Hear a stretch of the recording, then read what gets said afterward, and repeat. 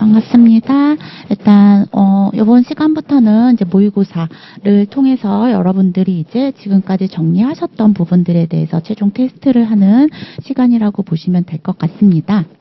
그래서 일단 제가 간단하게 이제 처음 시험을 준비하시는 분들 같은 경우에는 제가 하는 말씀을 이제 잘 들어주시면 좋으실 것 같고, 기존에 이제 시험을 보셨던 분들 같은 경우에는 그냥 한 번 더 리뷰하는 식으로 제가 간단하게 시험 답안지 작성하는 요령에 대해서 설명을 드리고 진행을 하도록 할 거예요. 그래서 일단 우리가 이제 시험을 보면서 답안지를 작성을 하는 데 있어서 의학 이론 같은 경우에는 일단 문제를 계속 뚜렷하게 쳐다보게 되면은 그 문제 안에서 어느 정도 답을 유출을 해낼 수가 있다라고 보시면 될 것 같아요. 왜냐하면은 뭔가 이렇게 추상적인 그러한 이제 답을 요구하는 것이 아니라 딱 떨어지는 이제 명확한 답들을 요구를 하는 것이기 때문에 여러분들이 문제를 읽으시면서 문제에서 어떤 것들이 이제 키워드가 되는지 이런 것들을 좀 체크를 해서 보시면서 문제를 풀어보시면은 조금 더 도움이 될 것 같다라는 생각이 들고요. 그리고 단어 같은 경우 이제 여러분들이 답안을 작성을 하실 때 그냥 단답형의 문제들 같은 경우에는 답을 딱딱 떨어지게 정확하게 해 주셔야 되는 건 당연한 거고, 그 다음에 서술을 하라, 기술을 하라, 이런 문제들 같은 경우에도 여러분들이 이제 키워드를 정확하게 좀 입력을 해 주셔야지 채점을 해 주시는 분들께서도 이제 이 학생이 제대로 뭔가를 알고 있구나라는 것을 알 수가 있다라는 거죠. 그래서 핵심 단어는 명확하게 좀 기재를 해 주시는 것을 이제 부탁을 드립니다. 그리고 또 이제 여백 같은 경우에는 좀 충분하게 활용을 해주시면 좋으실 것 같아요. 일단 시험 답안지 자체가 여러분들에게 이제 충분히 주어지고 있는 상황이기 때문에 답안지 활용도 우리가 보통 이제 답안지를 봤을 때 그 답안지에 정말 그 글씨가 막 짜잘짜잘하게 따닥따닥따닥 막 쉴 새 없이 막 붙여져 가지고 있으면은 보기도 싫고 읽기도 싫어진다라는 거죠. 심사 채점을 하시는 분들 같은 경우에는 한두 명의 학생분들을 답안지를 채점을 하는 것이 아니기 때문에 일단 여러분들이 조금 보기 좋은 것이 또 이제 또 보기 좋은 게 있지, 또 먹기 좋은 떡이 보기도 좋다 말 때 그런 말 있잖아요. 그래서 그런 식으로 여러분들이 좀 여백을 충분하게 활용을 해주시면 좋을 것 같아요. 그래서 예를 들면은 우리가 문제 하나당 그 문제 하나에서 딱 한 문제만 출제가 되는 경우도 있고, 그리고 또 이제 또 그 하나의 문제 중에서 또 이제 다른 이제 소 문제들이 있을 수가 있다라는 거죠. 그래서 이러한 문제들 여러 개의 문제가 출제가 되어졌을 때는 일단 우리가 답안지 상에서 여러분들이 기재를 하실 때 이렇게 이제 답안지가 있으면은 1번 문제 예를 들어서 세 개의 문제가 있다라고 한다면은 1번의 첫 번째 문제 해가지고 그 문제가 어떤 문제인지 그 문제에 대한 요구하는 그 질문을 간단하게 적어 주신 다음에 그 질문에 대한 답을 아래쪽에다가 이렇게 적어 주시면 될 것 같아요. 그리고 나서 두 번째 문제 같은 경우에는 바로 그 밑에다가 적기보다는 한 줄 정도 띈 상태에서 1-2번 문제 이런 식으로 해서 답을 좀 적고, 그리고 또 이제 여백을 조금 남겨주시고 1-3번 문제 간단하게 적고 답을 이렇게 적어주시면 될 것 같아요. 그런 다음에 이제 2번 문제로 넘어가게 되면은 이제 이 소문항들 중에서 이제 한 칸씩 여백을 띄웠다라고 한다면 이제 다시 이제 2번 문제가 넘어가게 되겠죠. 2번의 문제들이 또 이렇게 나가게 될 텐데, 이럴 경우에는 이제 1번과 2번 사이에는 한 2칸 정도 띄워주시고서 답을 또 이어서 작성을 해주시면은 좀 더 명확하게 채점을 하시는 분들이 이제 눈에 확 들어오기 때문에 보기가 좀 편하실 것 같다라는 거죠. 그래서 이런 식으로 이제 작성을 해주시면 될 것 같고, 소번호 활용하기 같은 경우에도 지금 방금 제가 말씀드린 것처럼, 그리고 예를 들어서 1번 문제에서 첫 번째 문제의 1번 문제 같은 경우에 답을 여러 개를 적어야 된다. 그러면 1번, 2번, 3번 이런 식으로 또 이제 동그라미 숫자를 적어가지고 소번호를 여러분들이 충분히 활용을 해서 작성을 해주시면 좋을 것 같습니다. 그리고 글씨를 이제 여러분들이 전부 다 이제 수기로 작성을 해주셔야 되기 때문에 악필이신 분들 같은 경우에는 되게 조금 고민이 많으실 거예요. 그래서 저 같은 경우에도 글씨를 좀 잘 쓰는 편이 아니기 때문에 제가 이제 뭐 이렇게 웬만하면은 이제 필기를 하는 걸 별로 좋아하지는 않는데 이제 좀 필요하다 싶은 경우에는 이제 어쩔 수 없이 하기는 하지만 혹시라도 이제 글씨를 잘 쓰시는 분들도 많이 계시겠지만 악필이다라고 나는 악필이다라고 생각을 하시는 분들 같은 경우에는 되도록이면은 좀 정자체로 해가지고 뭐 의학 뭐 이런 식으로 좀 정자체로 또박또박하게 적어주시면은 그래도 채점을 하시는 분들께서 조금 보기가 좋을 거다라는 거죠. 막 글씨 막 이렇게 막 날려가지고 막 이렇게 쓰면은 솔직히 저 같은 경우에도 이제 이런 답안지를 보게 되면은 읽기가 싫거든요. 그래서 요런 이제 글씨체 같은 경우에도 좀 정자체로 해가지고 난 자신이 없다라고 한다면 이렇게 좀 정자체로 해서 작성을 해 주시면은 훨씬 더 도움이 될 것 같다라고 생각이 되어집니다. 그래서 제가 지금 방금 말씀드린 것만이라도 여러분들이 답안지를 작성을 하실 때 요것만 조금 더 생각을 해서 작성을 해주신다라고 한다면 크게 이제 뭐 문제가 되지는 않을 것 같기는 해요.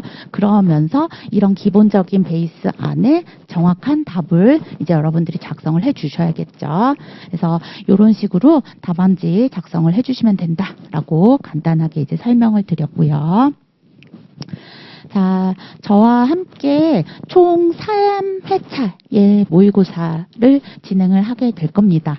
그래서 제가 조금 어떤 식으로 문제를 이제 우리가 이제 의학이론 같은 경우에는 10문제가 나오게 되는데 이 10문제를 어떻게 출제를 할까 좀 고민을 하다가 저희가 이제 상해 파트하고 질병 파트로 이렇게 나누어져 가지고 수업을 진행을 했었잖아요. 그래서 1회차에는 상해 문제만 10문제 를 출제를 했고요. 그리고 2회차에는 질병 파트에서 10문제를 출제를 했습니다. 그래서 1회차는 상해 파트, 2회차는 질병 파트라고 보시면 되고 나머지 이제 3회차에는 질병과 상해를 합쳐서 그래서 여러분들이 1회차를 이제 문제를 푸실 때는 이제 나중에 이제 다시 또 리뷰를 하셔야 하잖아요. 그래서 리뷰를 하실 때 상해 쪽 부분만 너무 이제 한 권을 다 여기저기 막 이렇게 찾아서 보시기 조금 힘드실 것 같아서 상해 쪽 부분만 여러분들이 리뷰를 하시고 2회차 때는 질병 쪽을 리뷰를 하시면 될 것 같고 그리고 3회차에는 마지막으로 이제 정말 시험을 본다라고 생각을 하시면서 좀 문제를 좀 풀어 보셨으면 하는 바람으로 제가 그런 식으로 좀 진행을 하도록 할게요. 그래서 1회차 이제 1회 모의고사 이제 풀이를 제가 진행을 할 건데 일단 상해 부분입니다. 그래서 1번 문제부터 이제 보시게 되면은 39세 남자 환자가 교통사고로 좌측의 상안부가 찢어진 상태로 병원에 내원하여서 피부 봉합술을 받고 입원한 상태입니다. 그래서 수술을 하고 난 다음에 이제 한 3일 정도 지난 다음부터 상처 부위에 통증이 있고 발열 증상과 함께 피부가 변색이 되고 그리고 악취와 함께 상처 부위에서 혈액성 분비물이 증가하는 것을 보이고 있다라고 이렇게 문제를 주었습니다. 그래서 첫 번째 문제는 상기 환자에게 의심되는 진단은 무엇이냐? 그래서 제가 아까 답안 작성할 때도 말씀드렸다시피 일단 문제를 잘 보면 문제 안에 답이 있다라고 말씀을 드렸어요. 그래서 이 환자에게 의심되는 진단을 뭐냐라고 유추를 하기 위해서는 일단 찢어진 상태, 환자 이제 상안부가 찢어진 상태로 병원에 와서 피부 봉합술 수술을 받고 나서 3일이 지났어요. 근데 주 증상이 이제 통증이 있는 거죠. 통증도 있고 열도 나요. 그리고 피부도 색깔이 이제 변하게 된 거죠. 그러면서 이제 또 특이한 증상 중에 하나가 상처 부위에 이제 혈액성 분비물이 이제 증가하였다라고 합니다. 일단 우리가 수술을 했기 때문에 뭔가 이제 치유가 되기는 하겠지만은 이런 증상들이 났다라는 것은 우리가 이제 합병증으로 생각을 해볼 수가 있게 되겠죠. 그래서 요때에 이제 나타나게 되는 진단으로서 우리가 이제 내릴 수 있는 것이 혈액선 분비물도 증가하고 상처 부위 통증도 있고 해가지고 우리가 의심할 수 있는 진단은 가스 궤저를 의심을 해볼 수가 있다라고 보시면 될 것 같아요. 그래서 가스 궤저가 뭔가 또 이제 기억이 가물가물하다라고 이제 생각이 드실 수 있겠지만 일단 가스 궤저 같은 경우에는 세균 감염 때문에 이제 그 원인균 자체가 이제 세균이라고 보시면 됩니다. 그래서 이 세균에 감염되어서 개방성 창상 일단 우리가 상안부가 찢어진 개방성 창상을 가지고 왔는데 여기를 이제 봉합을 했단 말이죠. 근데 그 부위가 이제 세균에 다시 또 감염이 돼가지고 그 괴사가 나타나면서 독소랑 가스를 생성하는 그런 감염성 질환이다라고 보시면 될 것 같아요. 그래서 주로 이제 압계 손상이나 심한 화상, 동상 이런 것과 같은 외상이라든지 혹은 이제 감염된 상처에 균이 이제 침입을 하면서 발생이 된다라고 보여주시면 됩니다. 그래서 이런 경우에는 이제 우리가 제가 이제 첫 번째 문제이기 때문에 이제 간단하게 답을 작성을 한다 그러면은 문제 1-1번 환자에게 의심되는 진단. 그래서 뭐 의심되는 진단은 뭐다? 가스 궤저다. 이런 식으로 적어주시면 돼요. 저는 악필이지만 여러분들이 이렇게 작성을 하실 때는 점자체로 또박또박 적어주시면 좋으실 것 같습니다. 그래서 가스 궤저라는 진단을 내리고 이 환자에게 가스 진단을 치료하기 위한 이제 가스 궤저가 이제 진단을 받았어요. 그래서 이 가스 궤저를 또 이제 우리가 치료를 해야겠죠. 그래서 치료 방법을 이제 설명을 하라라고 이제 두 번째 문제가 나왔습니다. 그래서 보통 이제 우리가 세균에 감염이 되었기 때문에 염증으로 인해 가지고 또 이제 발열 증상도 나타나게 되었죠. 그래서 보통 이렇게 세균에 감염이 됐을 때는 우리가 가장 먼저 항생제를 투여를 합니다. 그래서 항생제를 사용을 해서 균을 이제 사멸을 시킨다라고 보시면 돼요. 그래서 항생제를 투여하고 그리고 난 다음에 이제 혹시라도 이제 그 상처 부위에 창상 부위에 괴사 조직이 있다라고 했을 경우에는 그 괴사 조직을 제거를 해야겠죠. 그래서 제거하고 그런 다음에 이 세균 같은 가스 궤저로 인해 가지고 가스 궤저를 일으키는 세균 같은 경우에는 혐기성 세균이에요. 그래서 혐기, 공기를 그러니까 산소를 되게 싫어하는 균이라고 보시면 됩니다. 그래서 산소를 싫어하는 세균이기 때문에 산소를 주입을 하게 되면 균이 다 사라지게 되겠죠. 그래서 외과적인 이제 필요에 따라서는 상처 부위 그 근육 조직이라든지 뭐 연부 조직들이 이제 괴사 조직이 있다라고 하면 그 조직들을 제거하고 난 다음에 남아있는 균들까지도 다 제거해주기 위해서 산소를 투여를 해주는 거죠. 그래서 그러니까 고압 산소를 통해 가지고 우리가 이 균을 박멸을 시킬 수가 있다라고 보시면 됩니다. 그래서 치료 방법으로는 가장 이제 기본적인 게 항생제 투여, 그리고 두 번째가 이제 뭐 그 괴사 조직이 있다라고 한다면 괴사 조직이나 감염 조직을 외과적으로 제거를 한다. 외과적으로 제거를 하는 거 요거 이제 우리 이제 얘기했었는데 외과적으로 제거하기 위해서 가장 많이 사용하는 시술 방법 데브리먼트라고 해서 변연 절제술 이런 것들을 시행을 할 수가 있겠죠. 그리고 세 번째로는 고압산소를 치료한다. 요렇게 적어주시면 되고요. 그 다음에 세 번째가 다음은 이제 상기 합병증 가스 궤저를 예방하기 위한 조치 방법에 대해서 설명을 하시오. 그래서 아까도 말씀드렸다시피 혐기성 세균에 의해서 발생이 되는 거기 때문에 상처 부위가 이제 또 덧나지 않게, 쉽게 말해서 이제 덧나지 않게 이제 관리를 해주는 것이 상당히 중요합니다. 그래서 철저하게 상처 부위 세척하고 소독하고 그리고 괴사된 부위가 있다라고 한다면 괴사 조직이 있다라고 한다면은 아까 얘기했다시피 변연절제술을 통해서 이제 더 이상의 이제 괴사 조직이 생기지 않도록 주의를 하는 것, 요런 정도로 여러분들이 정리를 해서 적어주시면 될 것 같아요. 그래서 보통은 이제 이 가스 궤저 같은 경우에도 이제 골절로 인해서 골절로 인해서 나타나게 되는 전신 합병증 중에 하나입니다. 그래서 우리 그 골절하면서 골절로 인해 가지고 전신으로 올 수 있는 합병증과 그다음에 국소적으로 올 수 있는 합병증에 대해서 공부를 했었습니다. 그래서 잠깐 이제 리뷰를 하고 가자면 일단 골절로 인한 전신 합병증 같은 경우에는 가장 먼저 뭐가 있을까요? 가장 큰 게 이제 쇼크가 있을 수 있겠고, 쇼크와 더불어서 이제 또 나타나는 게 이제 출혈이 있어요. 그래서 쇼크, 출혈 요거는 이제 기본적으로 깔고 가면서 그 밖에도 이제 우리가 하나하나씩 질환에 대해서 공부를 했었습니다. 압계증후군이라든지 아니면 지방색전증, 그리고 지금 방금 이렇게 문제 나왔던 가스궤절, 그리고 신부정맥 혈전증과 폐색전증, 그리고 파상풍, 이런 것들은 이제 전신에 골절로 인해 가지고 전신에 올 수 있는 합병증이다라고 보시면 될 것 같고요.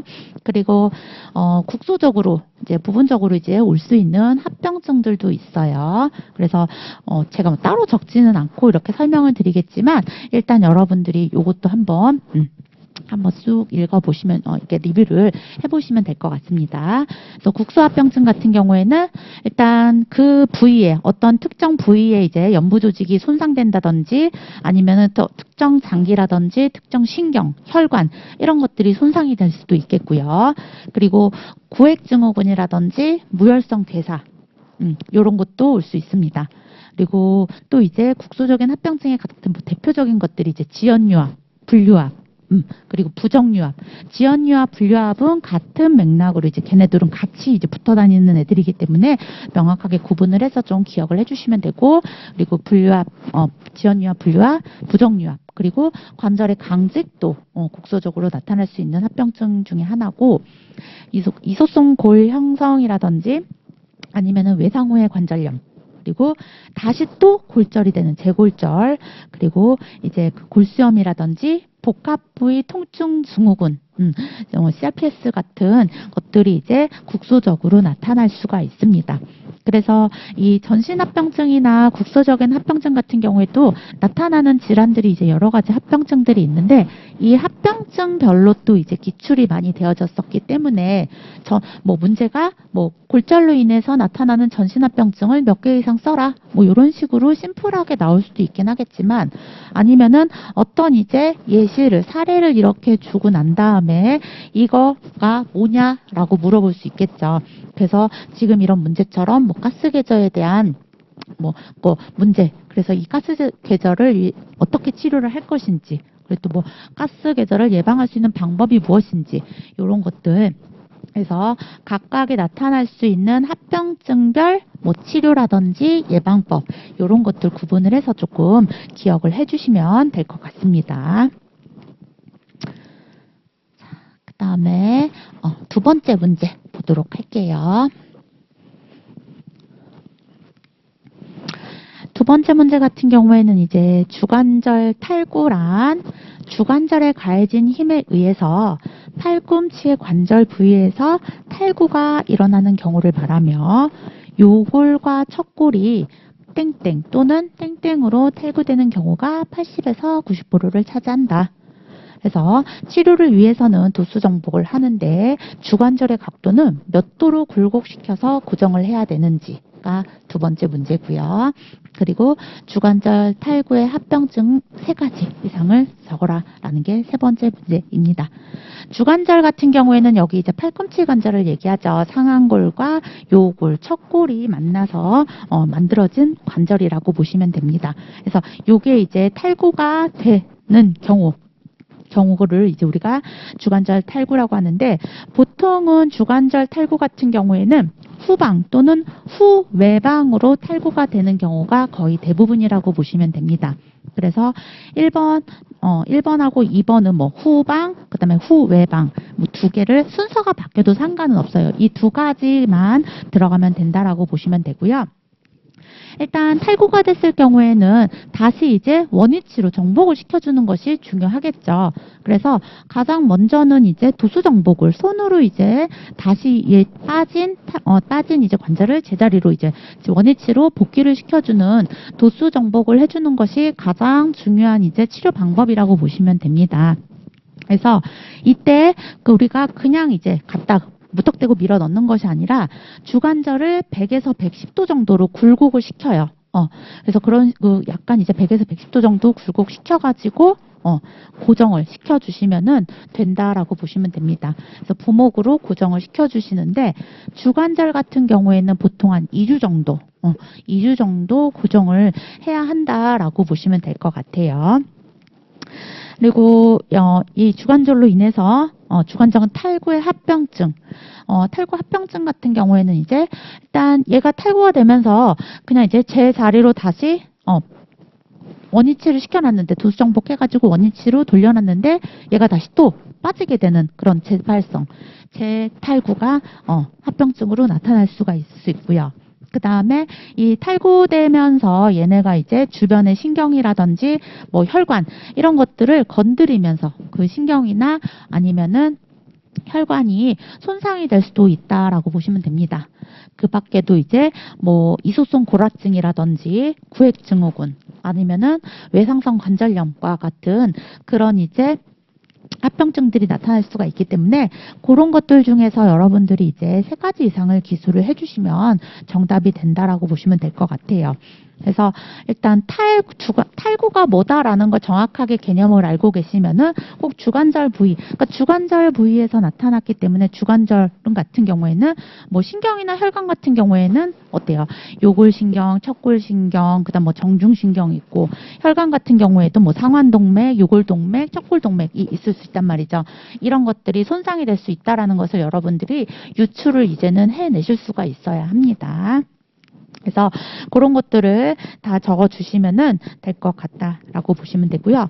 이렇게 도수 정복으로 웬만해서는 탈구가 고정이 되는데 얘가 이제 도수 정복을 했음에도 불구하고 이제 다시 또 합병증이 생기거나 해가지고 수술을 해야 되는 경우들이 있을 수 있다라는 거죠. 그래서 뭐 지금 여기에는 문제는 나오지는 않았지만 혹시라도 이제 주관절 탈구의 수술이 필요한 경우가 언제냐라고 물어본다라고 하면 어떻게 여러분들이 좀 적어주실 수 있어야겠죠. 일단 다시 도수 정복을 해서 원위치로 돌려놨는데 또 빠질 수 있어요. 아까 합병증이 재탈구 있다라고 얘기를 했었죠. 그래서 이렇게 재탈구가 자꾸 되면서 도수 정복으로 치료가 되지 않는다라고 했을 경우에는 수술 치료를 해주셔야겠죠. 그리고 또 이제 상처가 있는데 이 상처 자체가 개방성 상처가 있다라고 한다면은 이때도 이제 개방성 상처는 이제 다시 봉합을 해주셔야 하기 때문에 이때도 개방창을 동반하는 경우에도 수술이 필요하다.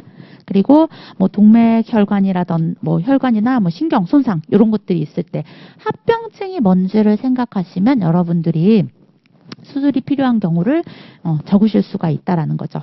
그리고 또 제가 아까도 말씀드렸다시피 주관절 탈구 같은 경우에는 2주 동안 고정을 해주셔야 된다라고 말씀드렸는데 얘가 이제 2주 이상 방치가 돼버렸었거든요. 도수 정복을 할 수 있는 치료 시기를 놓쳐버린 경우죠. 그래서 이러한 경우에도 마찬가지로 수술을 통해서 우리가 치료를 할 수가 있다라고 보시면 됩니다. 그래서 주관절 탈구에 대한 거 2번째 문제로 살펴봤고요. 자, 3번째 문제입니다.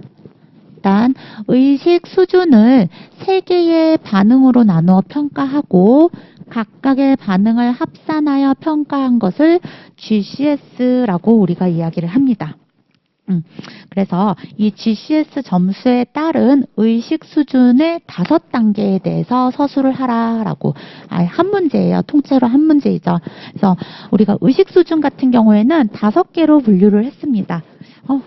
의식 수준? 뭐 이렇게 긴가민가 하시면 안 되겠죠. 그래서 GCS 점수 같은 경우에는 이제 우리가 개한 반응, 눈뜨기 반응, 언어 반응, 말하는 거, 운동 반응, 움직임 이 3개의 반응을 가지고 우리가 평가를 합니다. 그래서 총 15점 만점으로 해가지고 평가를 해서 이 GCS 점수에 따라서 의식의 단계를 명료하냐, 아니면은 기면 상태냐, 뭐 혼미하냐, 반혼수 상태냐, 혼수 상태냐, 요렇게 우리가 5단계로 나눠볼 수가 있어요.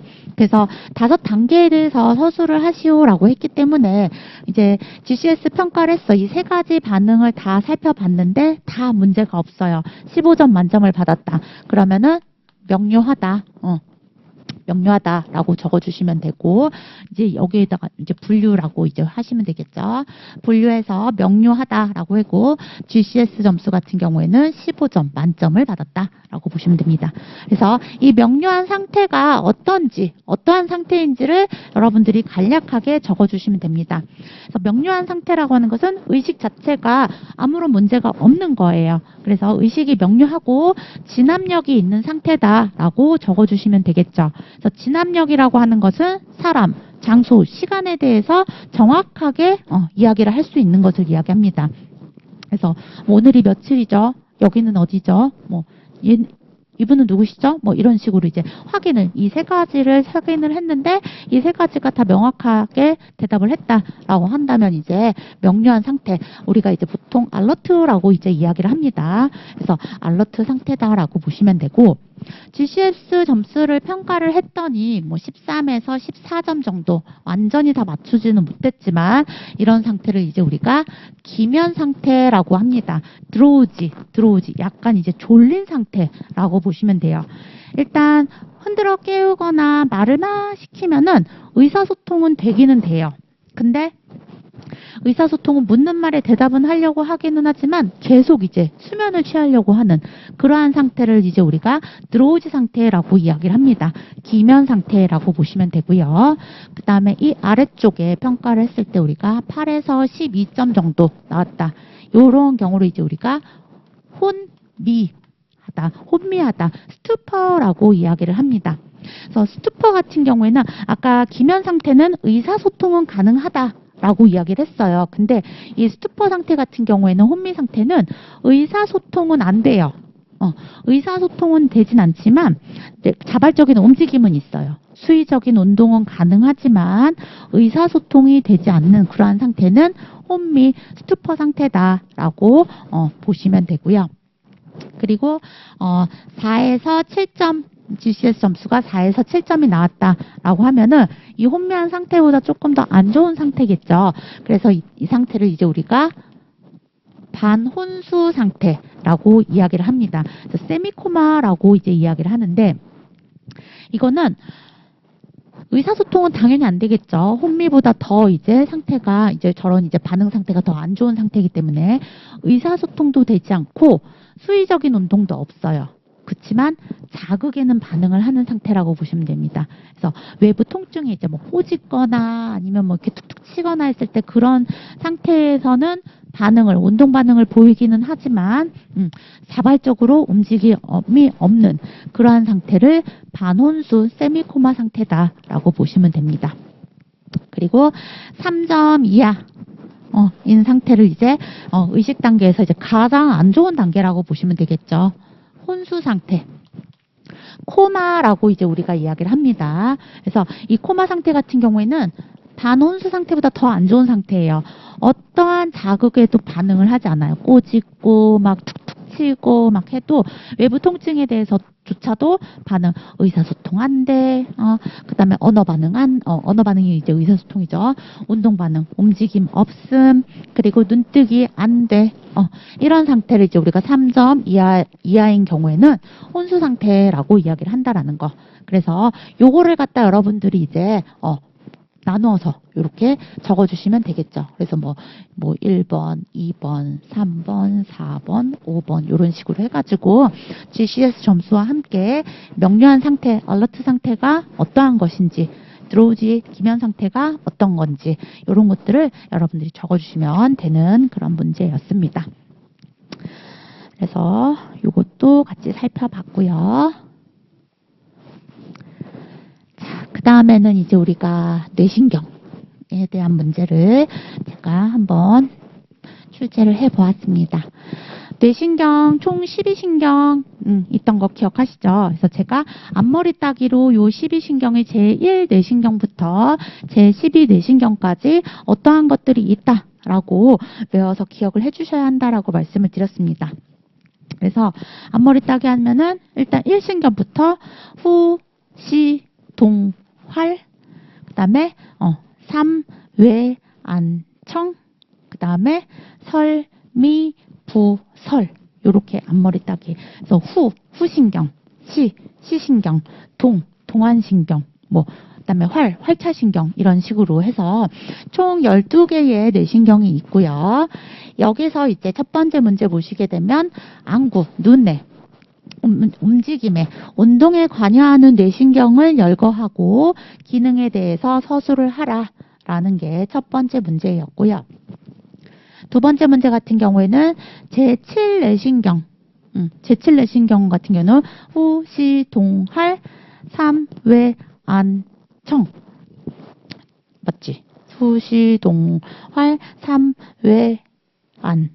7신경이니까 안면신경이 되겠죠. 그래서 그 명칭과 그다음에 이 안면신경이 손상됐을 때 증상 그리고 치료법에 대해서 서술을 하라고 하는 게 이제 두 번째 문제입니다.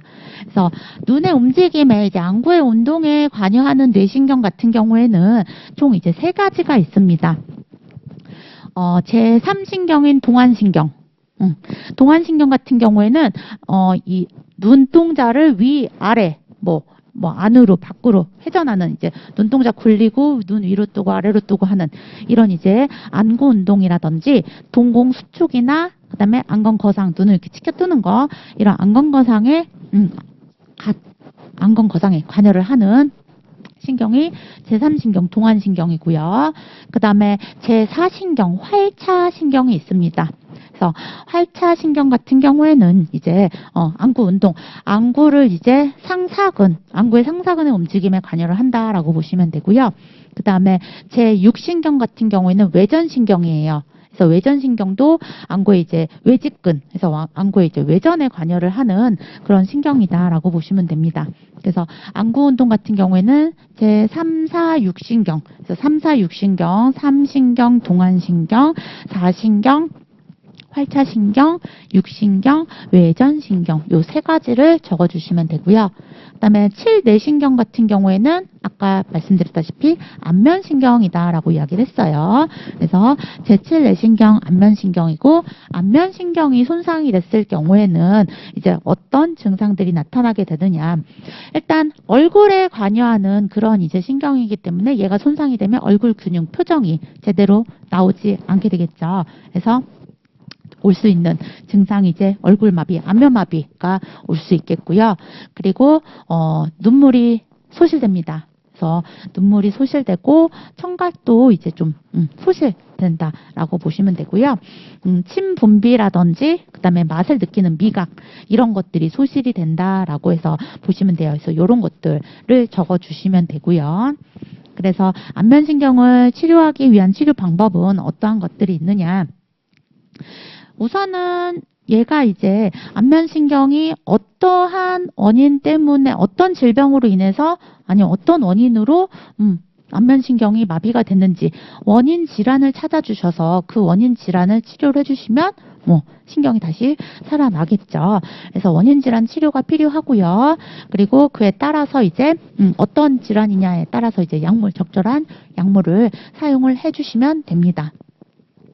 그리고 보존적인 치료 이제 온열요법이나 마사지나 요런 이제 보존적 치료를 같이 병행을 해주시고 요런 것들 보존적인 치료로도 환자가 회복이 되지 않는다라고 했을 경우에는 이제 마지막에 이제 수술 치료를 진행을 하게 되겠죠. 그래서 수술 치료 같은 경우에는 안면신경 감압술이라든지 아니면은 신경을 봉합하거나 아예 그냥 이식을 해주는 그런 신경봉합 봉합술 또는 신경 이식술 이런 것들을 해서 치료를 할 수가 있다라고 보시면 됩니다.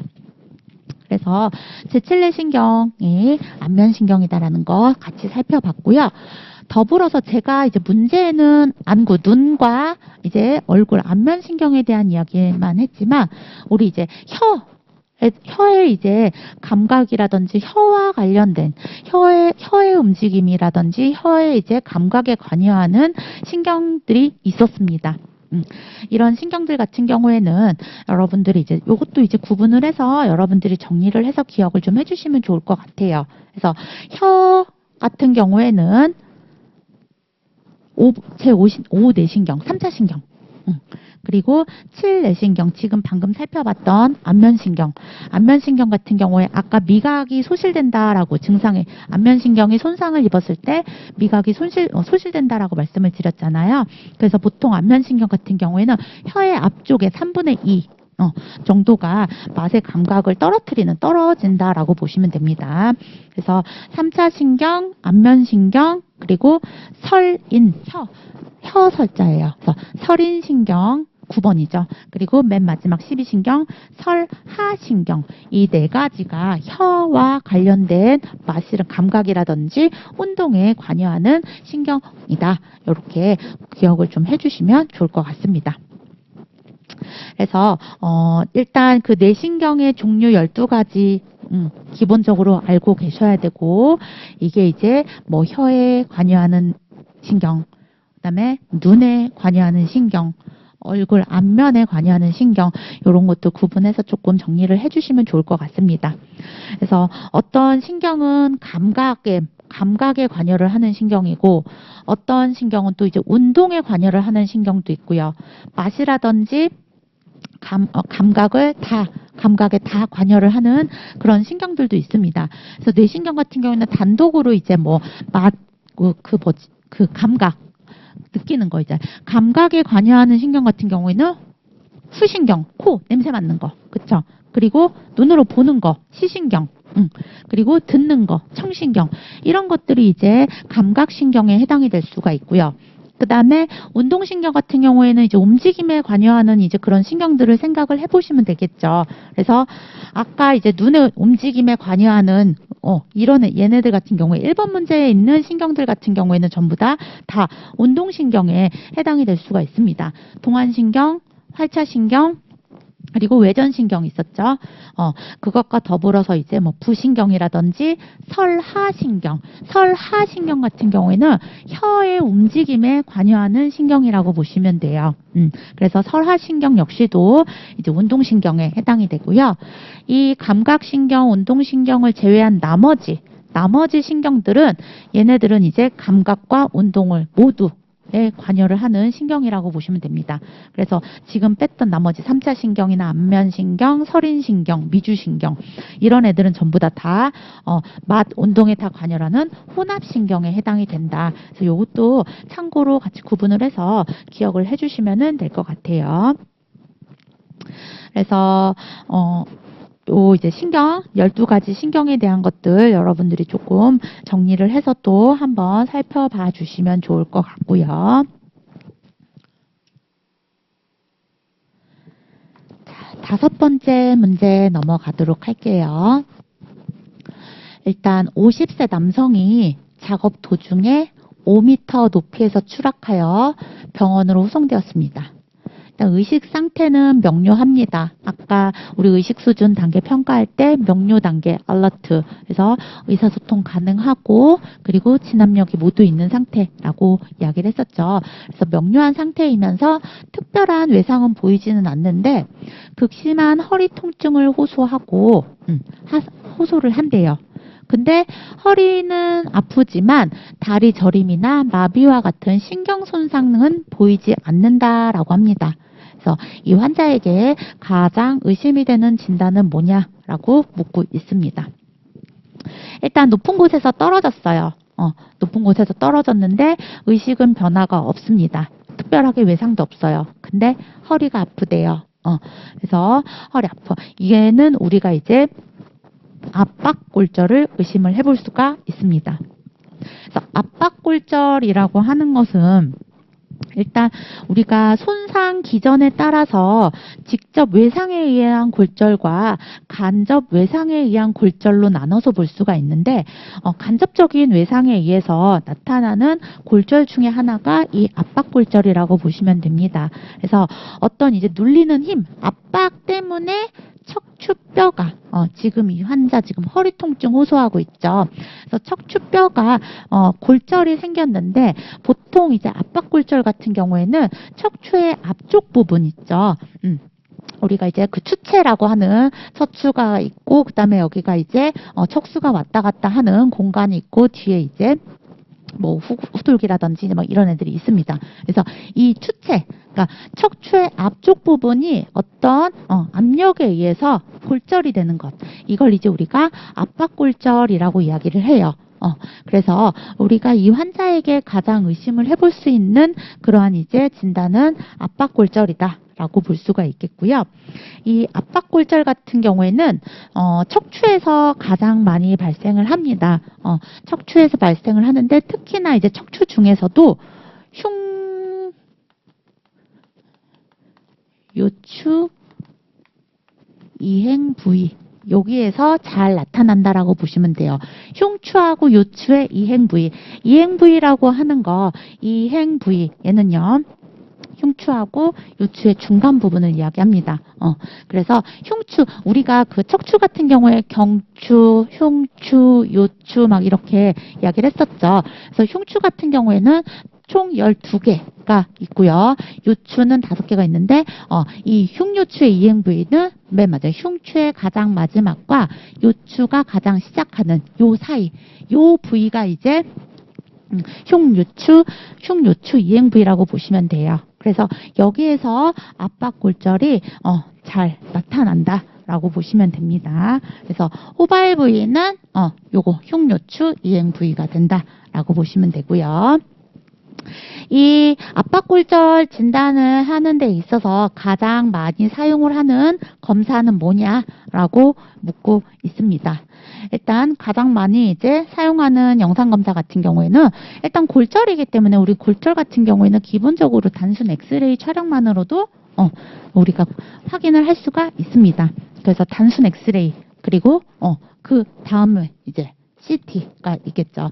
그래서 CT랑 엑스레이 이 두 가지가 이 두 가지를 통해서 이제 우리가 압박골절 진단을 내릴 수 있다 이렇게 보시면 돼요. 그래서 압박골절에 대한 거 살펴봤고요.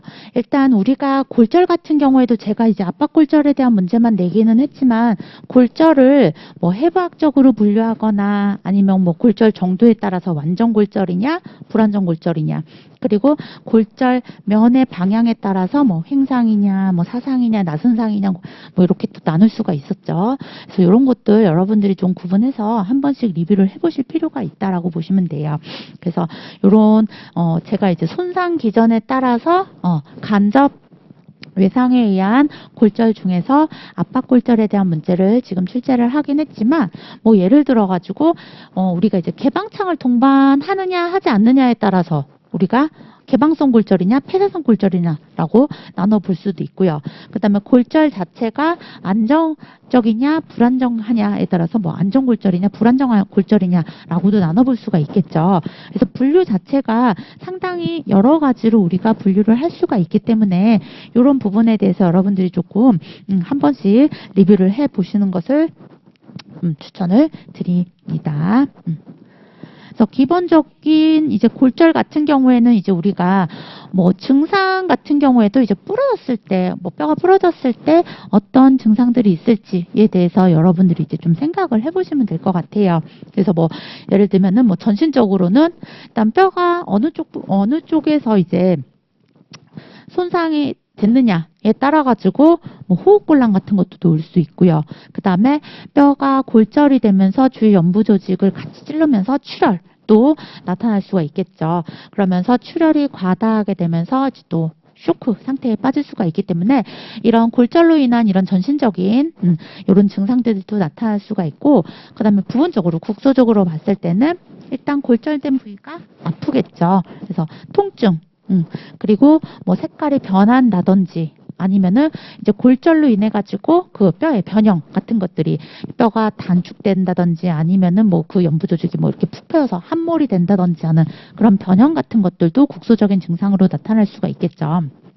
그리고 뼈들이 이제 부러진 골절 편들끼리 부딪히면서 마찰음 같은 것도 나타날 수가 있겠고요. 그래서 이런 국소적인 증상들도 나타날 수가 있다라는 거에서 뭐 예를 들어서 뭐 골절의 증상을 전신적인 증상과 뭐 국소적인 증상으로 구분을 해봐라. 뭐 이런 식으로 나왔을 때 여러분들이 전체적으로 몸 전체에서 신체적 전체에서 나타날 수 있는 증상과 그다음에 그 골절이 된 부위에서만 나타날 수 있는 증상들 이런 것들을 좀 유추를 해 보시면 좋으실 것 같아요. 자, 다음은 6번 문제입니다.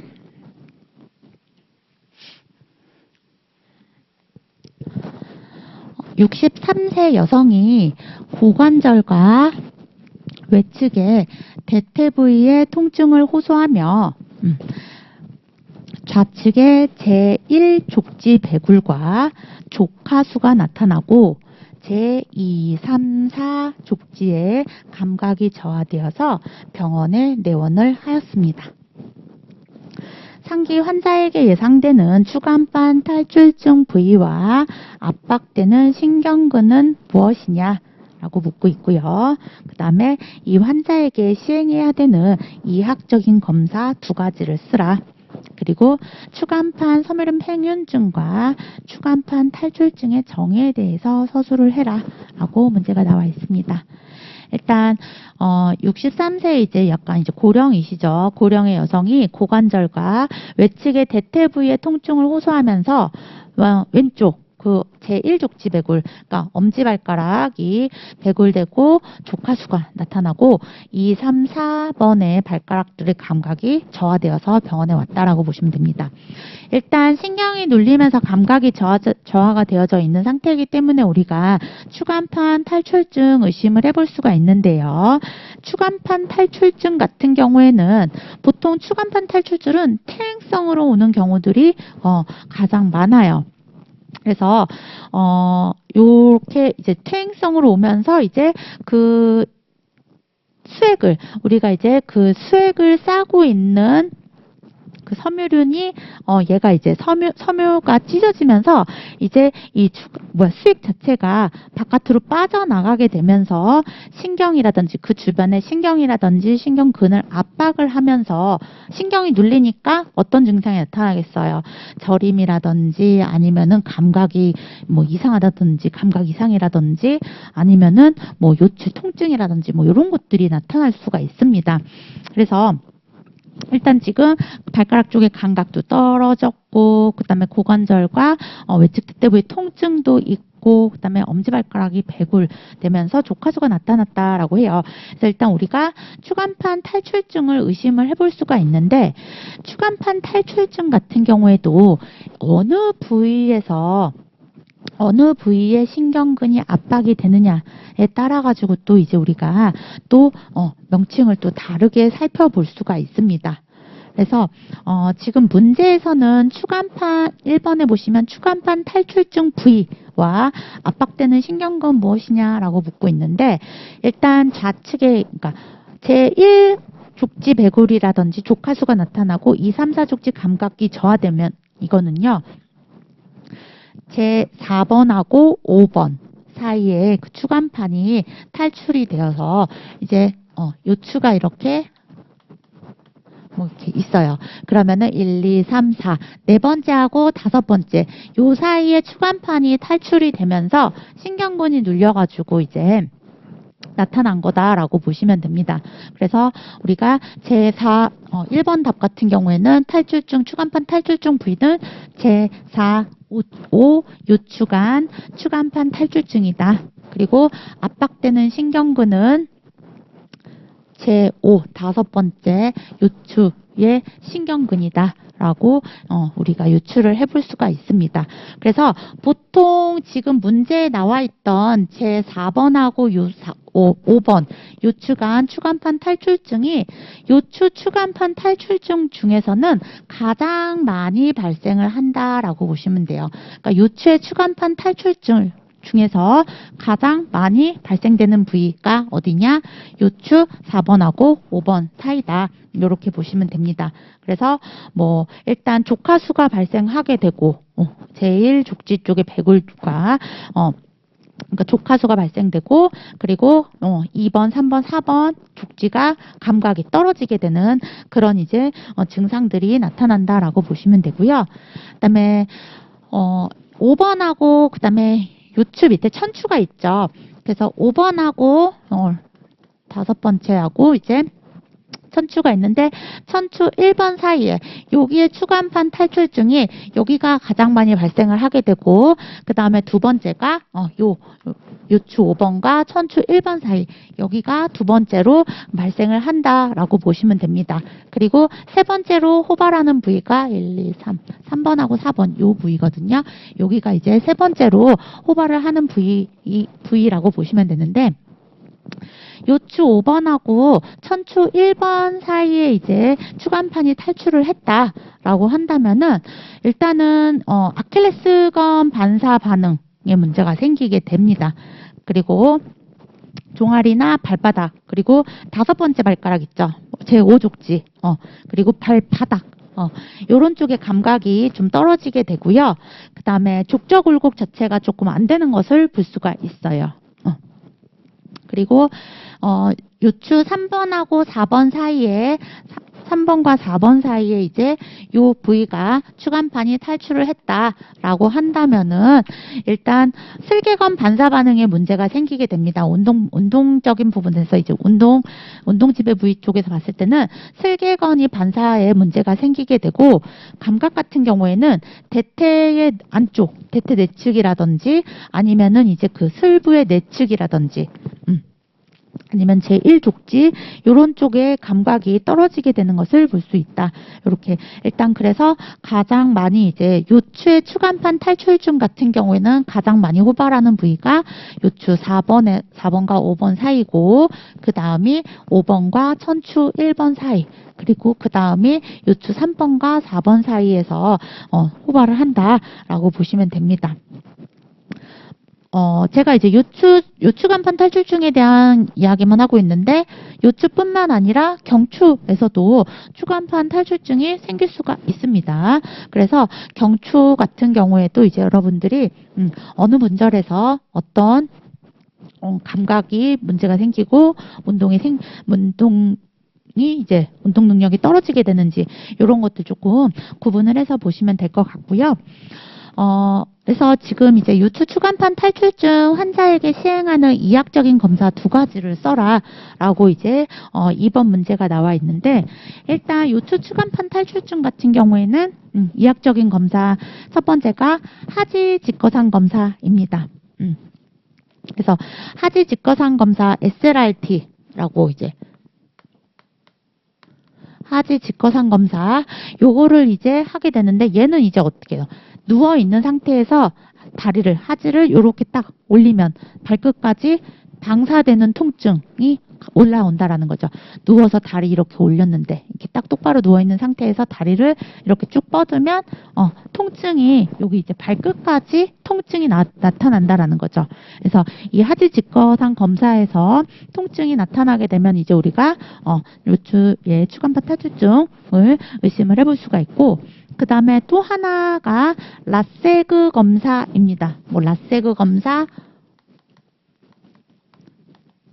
혹은 라세그 징후 다 똑같은 말이기 때문에 어느 걸 쓰셔도 상관없고요.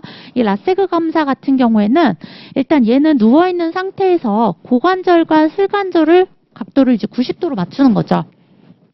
그래서 이렇게 환자가 누워 있어요. 팔이 있고 똑바로 누운 상태에서 고관절과 슬관절을 이제 90도 각도로 대퇴 다리가 있고 무릎을 이렇게 세워요. 그래서 이렇게 이렇게 다리를 들어서 90도 각도로 세운 다음에 이 무릎 쪽 부분 있죠. 슬관절 이 부분을 쭉 다리를 이제 이렇게 90도로 만들었다가 다리를 이렇게 쭉 뻗을 때 이때 이제 통증이 나타나게 된다라는 거죠. 그래서 이때 통증이 나타나면 이제 이것도 우리가 요추간판 탈출증을 의심을 해볼 수가 있다.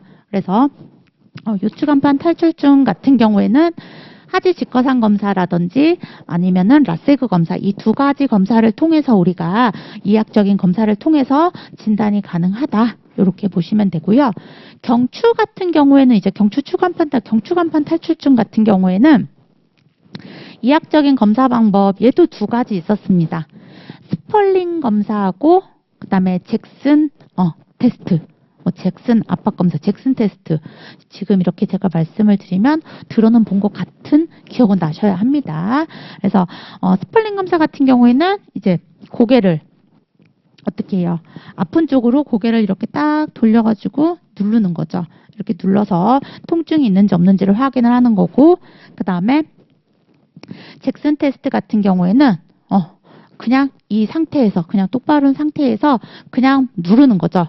머리를 이렇게 눌러가지고 이렇게 압박을 목 쪽, 어깨 쪽을 쭉 눌러가지고 통증이 있는지 통증 유무를 확인을 하는 검사를 잭슨 테스트라고 합니다. 그래서 경추에 이제 우리가 경추의 추간판 탈출증인지 아닌지를 확인할 때는 스펄린 검사라든지 잭슨 테스트를 하게 되고, 요추 같은 경우에는 라세그 검사라든지 하드지 거상 검사, 이 두 가지를 통해서 우리가 이학적인 검사를 통해서 진단이 가능하다, 이렇게 보시면 됩니다.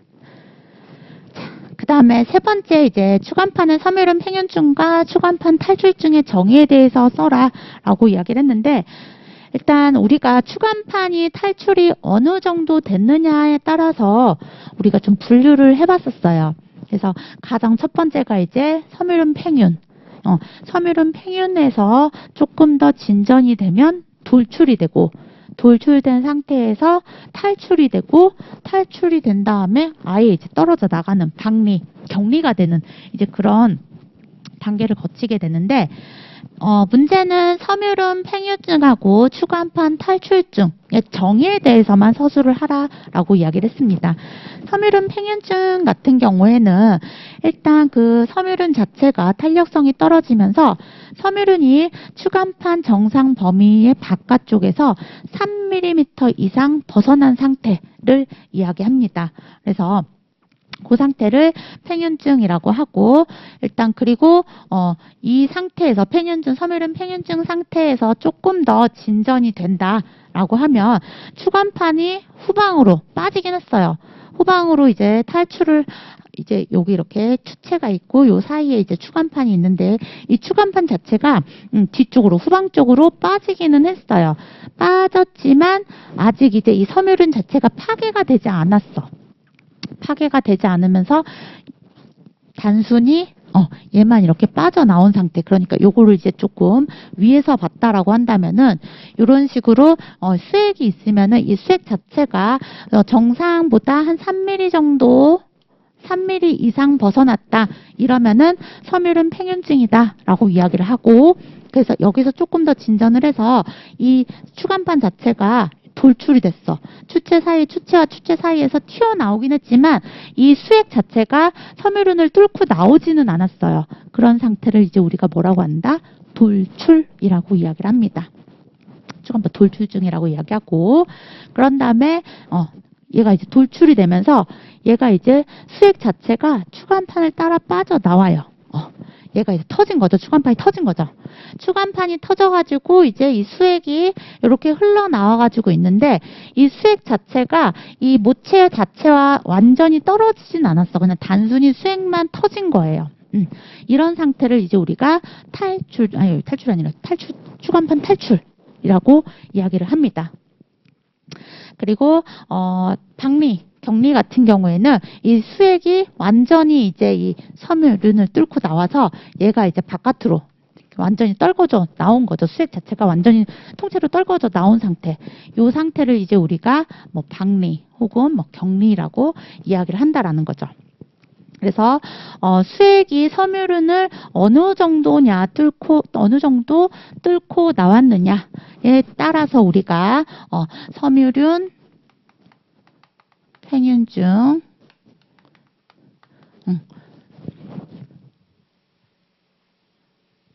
그래서 얘는 일단은 수액이 추간판 섬유륜 자체를 뚫고 나오지는 않았지만 한 3mm 정도 수액이 좀 약간 이제 벗어난 상태이다.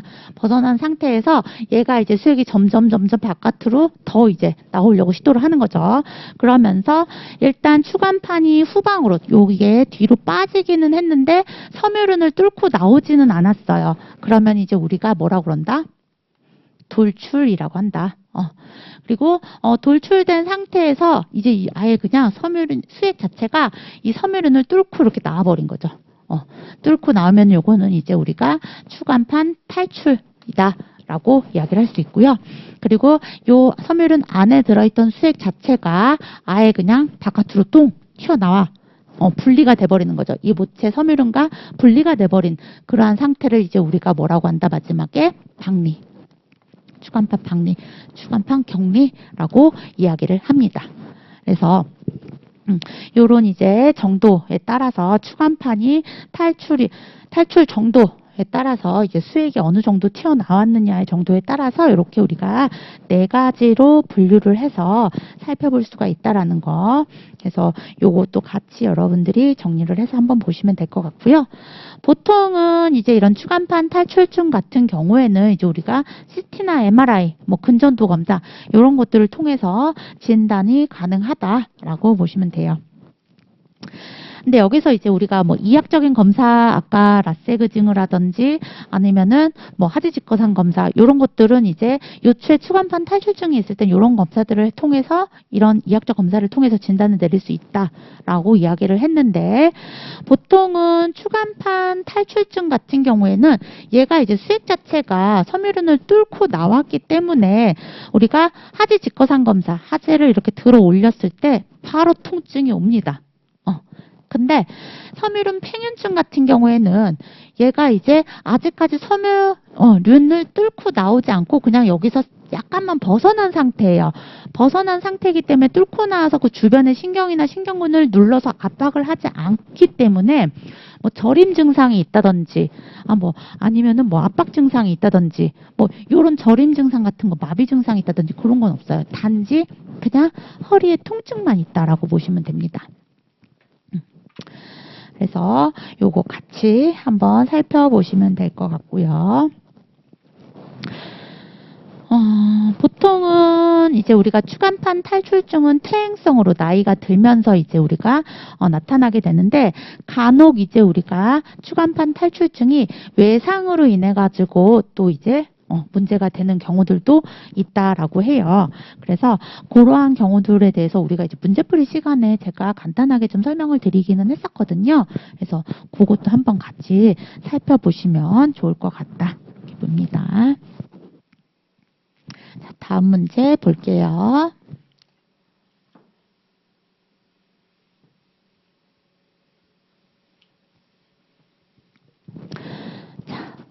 27세 남성이 야구를 하던 도중에 어깨관절이 탈구되어 병원에 내원하였습니다. 견관절 탈구는 정복을 통해서 치료가 가능하다. 우리 앞에 문제에서 제가 주관절 탈구 문제도 출제를 했었죠. 그래서 탈구 자체는 우리가 정복을 통해서 치료가 가능하다라고 보시면 되고요. 그래서 일단 첫 번째 문제가 견관절 탈구 정복술에 대한 그 정복술 명칭, 그러니까 정복술이 4가지 있어요. 제가 수업 시간에는 5가지를 설명을 드렸었거든요. 그래서 일단 4가지를 기술을 하고 가장 안전하고 널리 사용되는 정복술의 명칭을 써라 라는 게 첫 번째 문제이고요. 두 번째는 습관성 탈구와 같은 외상으로 인해서 전하방 관절 와순이 관절와로부터 분리되는 질환을 무엇이라고 하는가? 그리고 세 번째가 견관절의 외전 운동에 관여하는 근육 3가지는 뭐냐? 라고 묻고 있는 문제입니다. 일단 견관절의 탈구가 되었을 때 다시 정복하는 방법 4가지 있는데요. 첫 번째가 스팀슨 방법이 있습니다. 딱 이렇게 제가 이렇게 적으면은 이렇게 생각은 나셔야겠죠. 이 스팀슨 방법 같은 경우에는 환자를 침대에 엎드려요. 엎드려 눕힌 다음에 손목에다가 3kg 정도의 추를 매달아 가지고 한 20분 정도 그 상태로 놔두게 되면은 자연적으로 정복이 되는 그러한 정복술을 스팀슨 방법이라고 해요. 스팀슨이라는 사람이 이제 발명을 했다 해서 그 사람의 이름을 따가지고 스팀슨 방법이라고 이야기를 하는데, 얘는 이제 환자 엎드려서 손목에다가 3kg 추를 매달아가지고 이렇게 한 20분 정도 그대로 자연 방치를 하게 되면은 자연 정복이 되는 방법이다. 얘가 가장 안전하게 사용이 되어지고 지금까지도 널리 사용이 되어지고 있는 방법입니다. 그 다음에 두 번째 방법이 밀히 방법이 있어요. 밀히라는 사람이 만들어낸 방법인데요.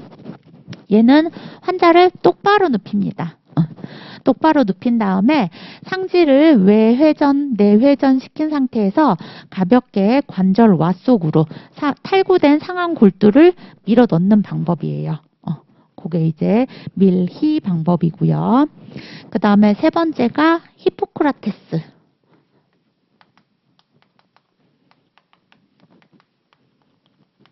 히포크라테스 방법. 그냥 다 적어놓고 설명을 드릴게요. 그리고 네 번째가 뭐냐? 코커. 그리고 마지막으로 다섯 번째가 역견인 방법이 있습니다. 일단은 우리가 경관절이 탈구됐을 때 이 5가지 정복술을 통해서 정복술 중에서 이제 방법을 찾아서 사용을 해주시면 되는데, 문제 자체는 정복술의 명칭만 4가지를 기술을 하기 때문에 뭐 스팀슨 방법이 뭐다, 환자 뭐 엎드려서 눕혀가지고 손목에다 추 매달아 3kg 추 매달아서 뭐 20분 정도 그대로 두면서 자연 회복되는 방법이다, 이렇게 디테일하게 내용까지 쓰실 필요는 없어요. 괜히 또 잘못 썼다가 얘는 뭐야, 스팀슨 방법, 뭐 미리 방법에 대해서 스팀슨 방법에 대해 나열을 해놓으면은 이거 뭐지? 이러면서 또 점수가 안 나갈 수도 있기 때문에 아예 그냥 대놓고 문제에서 명칭만 써라라고 했기 때문에 요것만 이렇게 명칭만 적어주시면 돼요.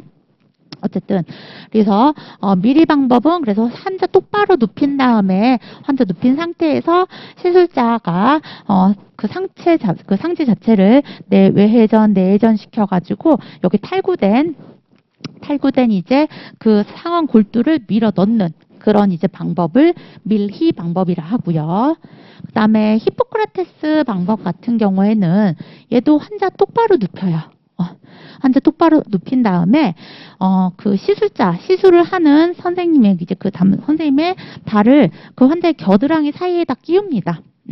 그리고 난 다음에 양손으로 환자 손목을 잡으면서 잡아당겨서 상지를 외회전, 내회전 시켜서 이제 정복을 하는, 탈구를 정복시키는 방법이다라고 보시면 되고요. 코코 방법은 이제 환자의 이제 주관절, 여기 팔꿈치를 90도로 굴곡시킨 상태에서 상완골이 가지고 있는 그대로 1분간 90도 정도 굴곡을 시켜서 잡아당긴 다음에 1분간 잡아당긴 다음에 얘를 이제 부드럽게 상지를 외회전을 시켜서 밀어 넣는 그런 방법인데, 얘 같은 경우에는 사용을 그렇게 잘 하지는 않아요. 코코 방법 같은 경우에는. 그런 방법이 있다라는 거. 그리고 마지막으로 역견인 방법. 얘는 일단 잡아당기고 한쪽 팔을 이렇게 잡아당기고 반대편에서는 수건으로 이렇게 또 반대편 팔을 잡아당겨가지고 탈구를 정복시키는 그러한 방법입니다. 그래서 5가지 이렇게 정복하는 방법이 있고, 여기서 이제 4가지만 적어주시면 되고, 그러면서 다시 또 서브로 나온 문제가 가장 안전하고 널리 사용되는 정복술의 명칭을 써라. 제가 아까 말씀드렸죠. 스팀슨 방법이 가장 안전하고 지금까지 널리 사용이 되어지는 방법이다 라고 보시면 됩니다. 그 다음에 습관성 탈과 같은 외상으로 인해서 전 하방의 관절 와순이 이제 관절와로부터 분리되는 질환, 요거를 이제 우리가 방카르트 병변이라고 해요. 그래서 전방 탈구되면서 이제 어깨가 이제 전방 탈구되면서 상완골두 자체가 앞으로 이렇게 쑥 빠져요. 빠지면서 전 하방의 관절 와순으로부터 관절하가 이렇게 3시에서 6시 방향으로 이렇게 뚝 떨어져 나오는 그런 이제 그렇게 뚝 떨어져 나오는 질환을 이제 우리가 방카르트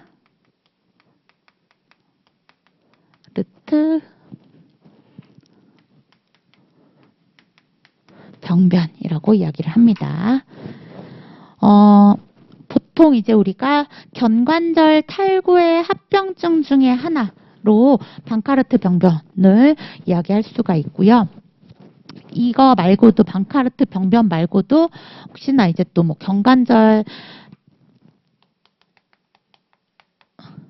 탈구로 인한 합병증이 뭐냐 이렇게 물어봤을 때 요거 이제 방카르트 병변이 있고요. 그 다음에 탈구 같은 경우에는 한 번 빠지기 시작하면은 자꾸 빠진다라고 이야기를 했었죠. 재탈구, 재발성 탈구가 올 수 있고요. 그리고 이게 어깨관절 주변에 이제 그런 신경이라든지 아니면은 혈관, 혈관 손상. 요런 것들 올 수 있습니다. 그래서 뭐 예를 들면은 이제 어깨 관절은 이제 여기 애과신경, 애과동맥 요런 것들이 이제 지나다니고 있기 때문에 요런 신경 혈관 손상 올 수 있고요. 그 다음에 또 관절화가 골절이 될 수도 있어요. 그리고 5번째가 힐삭스 병변입니다. 힐삭스 병변이라고 하는 것은 얘 같은 경우에도 이제 전방 탈구가 됐을 때 어깨뼈에 있는 상완 골두가 심하게 이제 찍혀버리는 거죠. 그러면서 관절의 상완 골두의 그 후 쪽 뒤에 외측부가 결손이 되는 걸 이제 우리가 힐삭스 병변이라고 이야기를 합니다. 아까 방카르트 병변 같은 경우에는 얘가 뭐라 그랬어요?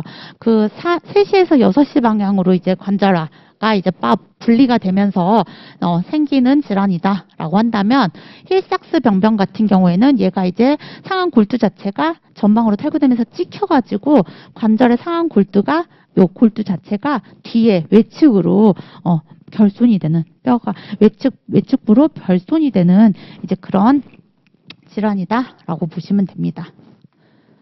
그리고 마지막으로 나타날 수 있는 합병증이 외상 후에 유착성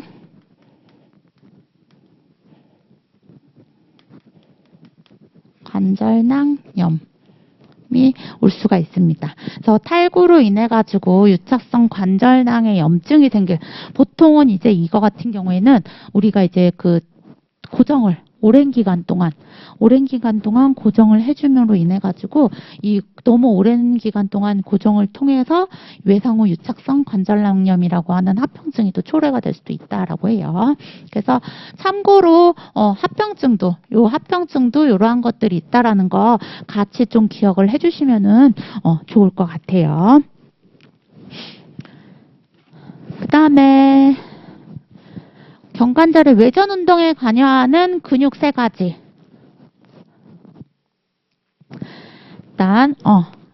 일단 삼각근, 그리고 극상근, 상완 이두근 이 3가지 근육이 있습니다. 요거는 이제 여러분들이 책에 그 그림을 보시면서 한번 요 근육들이 어디 붙어 있는지 확인을 좀 한번 해보시면 될 것 같고요. 그리고 보통 이제 우리가 이런 견관절에 붙어 있는 이제 인대들이 있어요. 견관절의 안정성을 유지하기 위한 인대가 있는데 견봉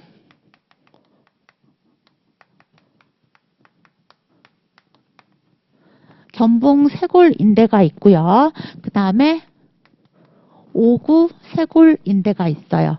그리고 3번째로는 오구 견봉 인대. 이렇게 3가지 인대가 견관절 주변에 이제 인대가 이렇게 있는데 견봉 쇄골 인대 같은 경우에는 말 그대로 견봉과 쇄골 관절의 전후, 그러니까 앞뒤 안정성에 관여를 한다. 그래서 견봉 쇄골의 앞뒤 안정성 관여하는 인대. 앞뒤 안정성에 관여하는 견쇄관절의 견봉과 쇄골의 관절의 앞뒤 안정성에 관여하는 인대가 견봉 쇄골 인대라고 보시면 되고요. 오구 쇄골인데 얘 같은 경우에는 견쇄관절을 견본과 이제 쇄골의 수직, 그러니까 쇄골 자체가 위아래 상하 전이를 예방하는 그런 관절이라고 보시면 됩니다. 쇄골의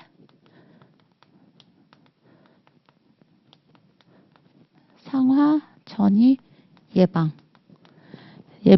상하 전이 예방을 하는 그런 인대가 이제 오구 쇄골 인대가 되고요.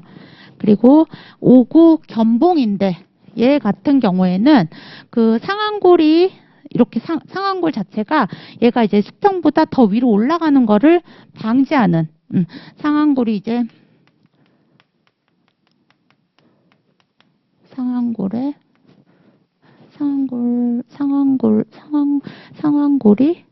상방으로 수평보다 상방으로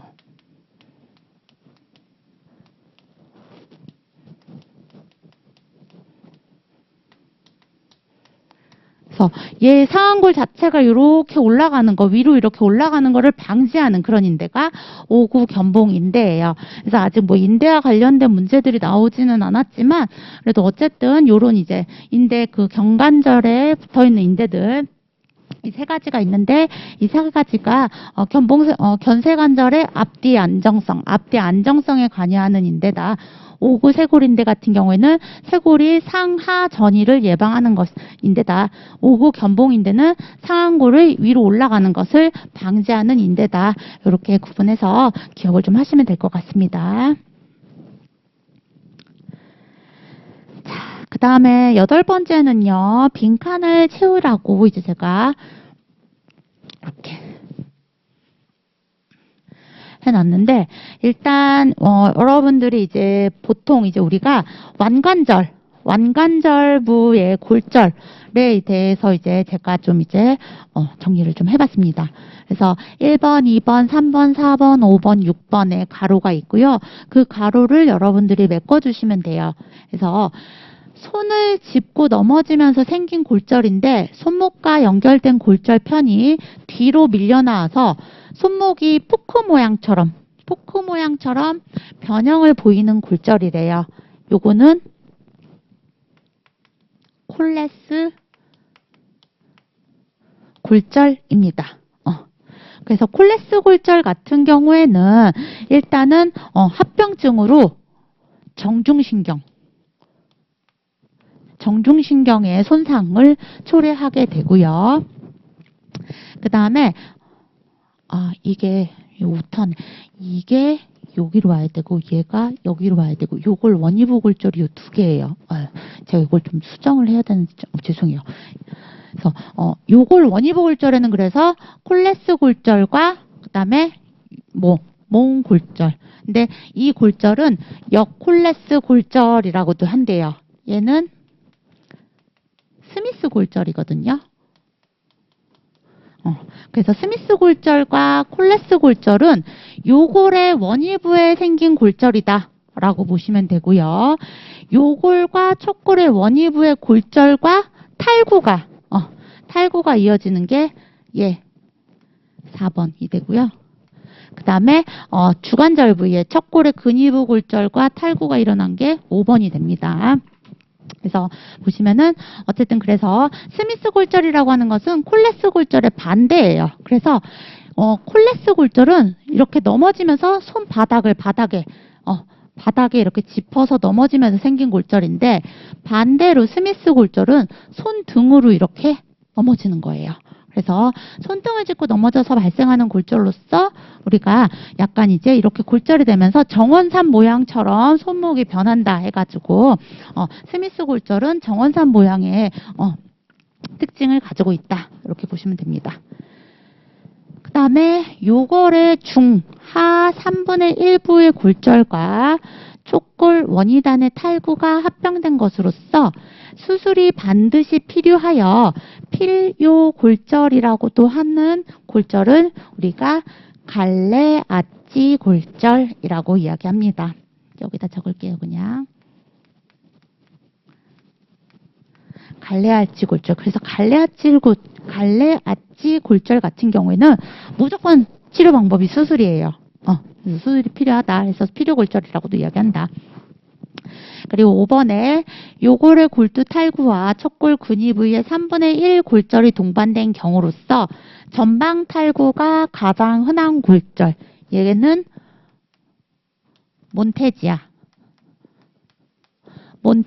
골절이고요. 몬테지아 골절의 합병증 같은 경우에는 요골신경 손상이 올 수가 있습니다. 그래서 몬테지아 골절이라든지 갈래아치 골절, 특히나 이제 그 갈래아치 골절 같은 경우에는 기출이 되었었던 문제예요.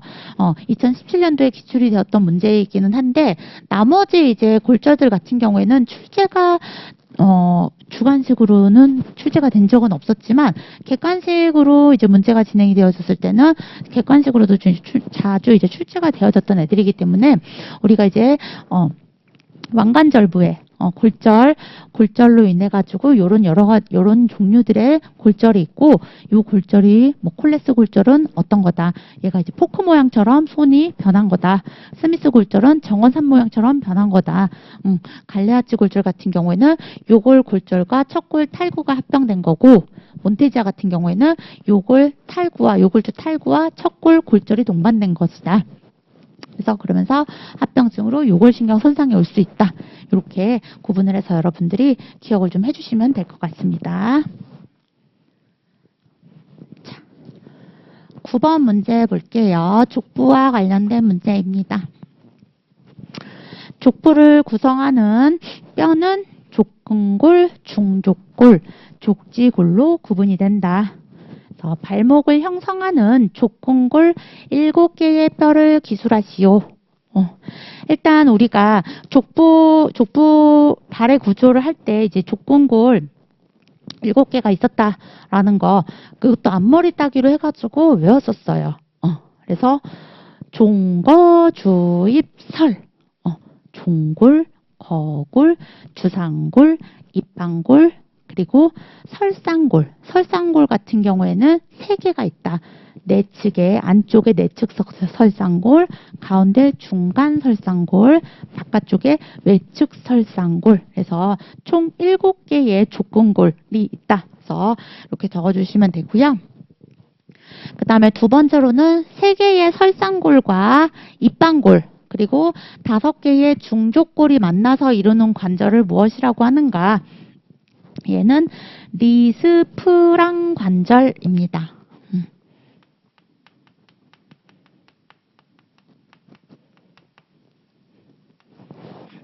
리스프랑 관절이다. 그래서 아직까지는 문제가 나오지는 않았는데 그래도 만약에 족부 쪽에서 문제를 낸다라고 하면은 이것도 한 번쯤은 나올 것 같기는 해요. 그래서 설상골, 입방골, 중족골이 만나서 이루는 관절 리스프랑 관절이고 그 다음에 거주상관절과 종입방관절 이 두 가지가 만나서 슈퍼츠 관절을 이루게 됩니다. 그래서 요것도 여러분들이 좀 구분을 해서 한번 살펴보시면 될 것 같고요. 이것도 깨졌네, 그 문제가. 세 번째는 이제 우리 몸에서 가장 크고 강한 힘줄입니다. 요것만 봐도 여러분들이 딱 알아채셔야 돼요. 그래서 비복근과 가자미근의 건이 모여서 공통건을 이루며 종골 후면에 붙어있는 건의 이름과 이 건이 손상을 받았을 때 손상 시 진단 방법 3가지 이상을 기술하고 가장 정확한 진단 방법을 써라. 잘렸어요. 정확한 진단 방법을 기술하시오. 이게 이제 문제입니다. 일단 우리 몸에서 가장 강한 힘줄, 가장 강한 건 얘는요. 아킬레스건입니다. 그래서 가장 강하고 큰 텐던, 힘줄, 건은 아킬레스건이고요. 그 다음에 얘가 붙어있는 이제 그 아킬레스건을 진단하는 방법, 진단하는 방법이 이제 여러 가지가 있는데 3가지 이상을 기술하래요. 첫 번째가 우리가 뭐가 있냐? 뭐가 있을까요? 엑스레이. 엑스레이를 통해서 이제 우리가 건에 이제 문제가 있는지 확인을 할 수가 있습니다. 그리고 초음파 검사 할 수 있고요. 그 다음에 MRI 할 수 있습니다. 그리고 약간 이학적인 검사 방법이기는 하지만은 톰슨 압착검사. 톰슨 압착검사라고 하는 것이 있어요. 그래서 이 톰슨 압착검사 같은 경우에는 일단 환자가 엎드려 있는 상태에서 이제 우리가 그 가자미근하고 비복근을 쭉 누르는 거죠. 이렇게. 그러니까 종아리의 가장 두꺼운 부분 있죠? 그 부분을 이렇게 딱 엎드린 상태에서 얘가, 예를 들면 환자가 이렇게 베드가 있으면은 환자가 여기 이렇게 누워요. 누운데 무릎 아래쪽 그 종아리 쪽은 바깥으로 이렇게 내놓은 상태에서 닿지 않게 좀 떠 있게 내놓은 상태에서 종아리를 이렇게 비복근과 가자미근을 눌러요. 누르면은 이 발 자체가 어떻게 되느냐? 족저 굴곡이 이루어지게 됩니다. 그래서 다리가 이렇게 발바닥 이렇게 여기를 딱 누르게 되면은 여기를 딱 이제 종아리 가장 두꺼운 부분을 슉 누르게 되면은 발 자체가 이제 위로 이렇게 딱 올라가게 돼요. 족저 굴곡이 나타나게 됩니다. 그래서 족저 굴곡이 나타나게 되는 것이 문제가 없는 거예요. 근데 이렇게 아킬레스건이 파열되거나 손상이 되면요.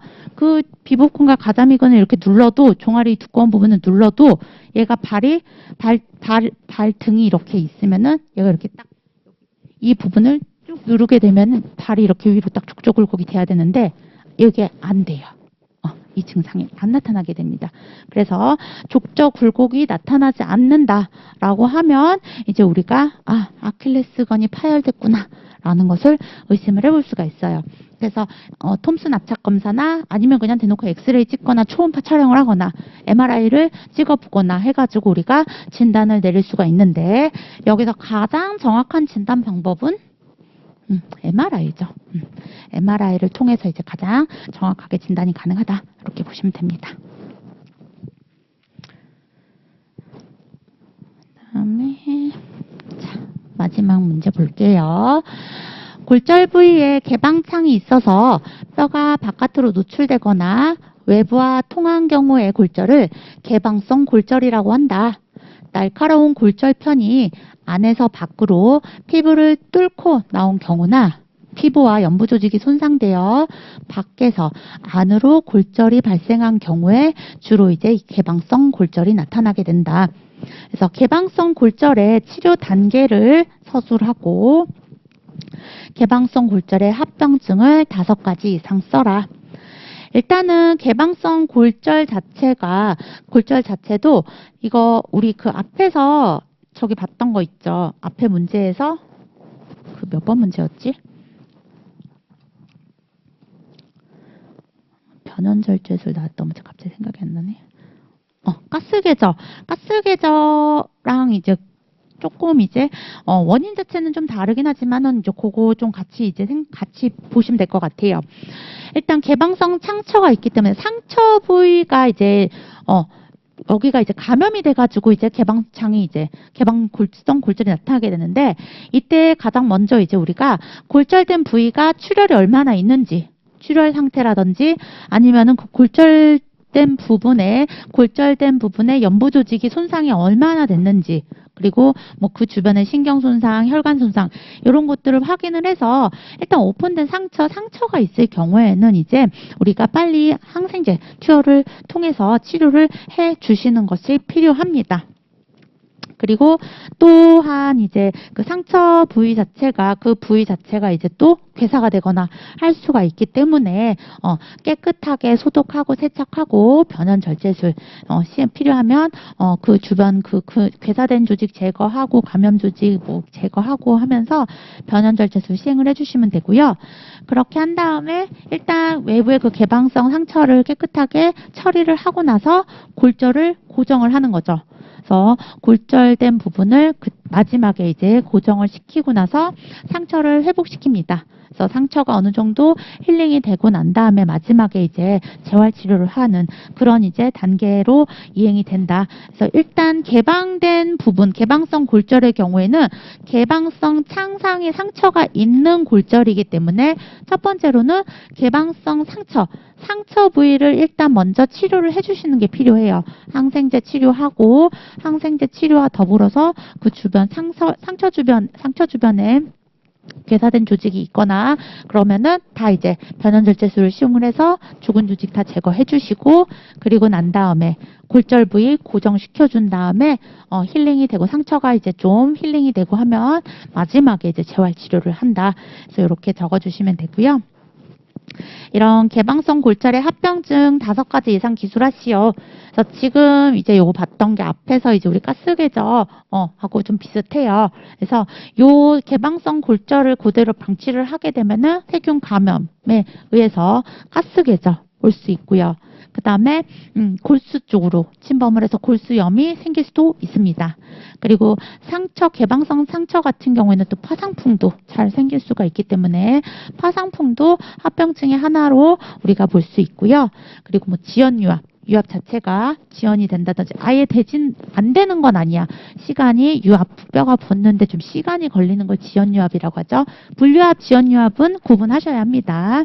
그리고 지방세전증이나 신경 손상 이런 합병증들을 초래할 수가 있어요. 그래서 이런 것들을 여러분들이 합병증으로 기술을 해주시면 될 것 같습니다. 그래서 일단은 제가 이렇게 상해 부분과 관련돼 가지고 10문제를 제가 출제를 해봤고요. 제가 문제 따로 그다음에 문제 따로 올려드렸고 그 다음에 그 문제에 따른 답들을 기술을 한 답안지를 올려드렸어요. 그래서 답안지 같은 경우에는 조금의 부연 설명 같은 것들이 있는데 부연 설명은 여러분들이 보시면서 조금 이해를 하시기 편하라고 적어놓은 거기 때문에 문제를 정확하게 파악을 해서 여러분들이 뭐 단계를 서술하라, 뭐 골절 치료 단계를 서술하라 했으면은 뭐 항생제 투여하고 뭐 필요하면은 세척하고 변연절제술하고 그다음에 골절 고정하고 뭐 이런 식으로 순서만 딱딱딱딱 적어주시면 되고요. 옆에 부연 설명해 놓은 거는 여러분들이 이해를 돕기 위해서 제가 적어 놓은 거기 때문에 그냥 한 번씩 쭉 읽어보시면 될 것 같습니다. 그래서 지금 이제 문제를 보면서 약간 좀 요 문제에서 같이 좀 다뤄야 되는 뭐 합병증이라든지 뭐 이런 것들 제가 좀 옆에서 부연 설명을 더 해서 진행을 하긴 했는데 어쨌든 이제 그런 부분들에 대해서 그런 부분들 위주로 여러분들이 한번 싹 봐주시면 될 것 같고요. 다음 시간에 2회차 모의고사에서는 제가 질병 파트에서 또 10문제를 또 출제를 해서 문제를 업로드를 해드릴 테니까 그 부분 다 잘 풀어보시고 그 다음에 이제 다음 주에 시간 돼서 만나 뵙도록 하겠습니다. 자, 1회차 모의고사 여기서 마치도록 하겠습니다. 고생하셨습니다.